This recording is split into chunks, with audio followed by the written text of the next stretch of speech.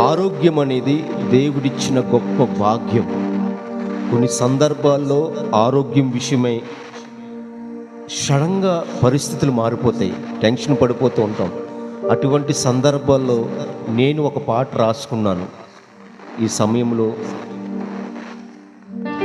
ఆరోగ్యమే నీ భాగ్యమే, నీ కుడి చేతిలో స్వస్థతే. ఆరోగ్యమే నీ భాగ్యమే, నీ కుడి చేతిలో స్వస్థతే.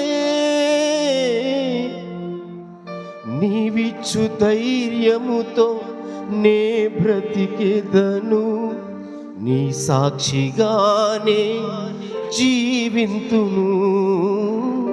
నీవిచ్చు ధైర్యముతో నే బ్రతికెదను, నీ సాక్షిగానే జీవింతును.